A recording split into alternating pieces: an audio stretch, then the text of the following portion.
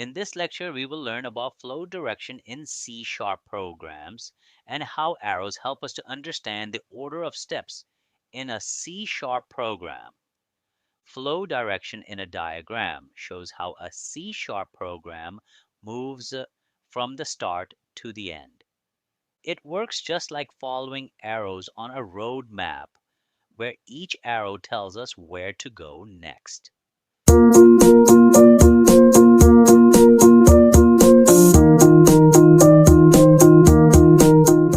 These arrows guide the programmer step by step and help to understand how the program runs in the correct order.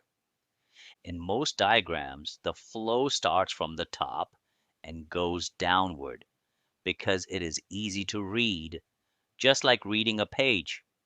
Sometimes the flow goes from left to right when we need more space, but the arrows always make it clear which step comes next. If the program needs to repeat something, such as running a loop, the arrow goes back to a previous step. This creates a curved path that shows repetition. In C#, this happens when we use loops like a for loop or a while loop, where the same action runs again and again until a condition becomes false. Flowcharts use straight arrows to show normal movement from one step to another. Curved arrows show repeating steps, and sometimes diagonal arrows are used when steps are placed in different positions. For example, imagine a simple C# program that asks the user to enter a number. After the user enters the number, the program checks if the number is greater than 10.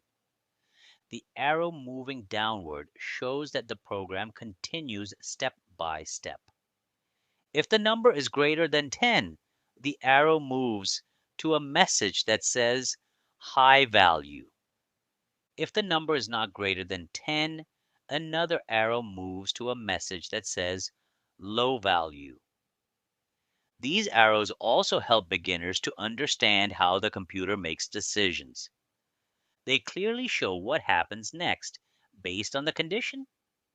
Now think about a loop in C#, such as counting numbers from 1 to 5. The arrow goes from the bottom of the loop back to the top, showing that the process repeats again and again. When the counting is finished, the arrow moves out of the loop and goes to the final step of the program. Understanding flow direction is very important. Without arrows, the diagram will look confusing and disconnected. A beginner may think the program is jumping randomly, but arrows make everything clear and organized. Even if someone has never written a C# program before, they can follow the arrows and understand how the program works, how decisions are made, and how loops repeat. If you enjoyed the lesson, please give it a like and share your thoughts in the comments. My team and I have worked so hard to make learning simple for you. Thanks for watching, and let's keep learning together.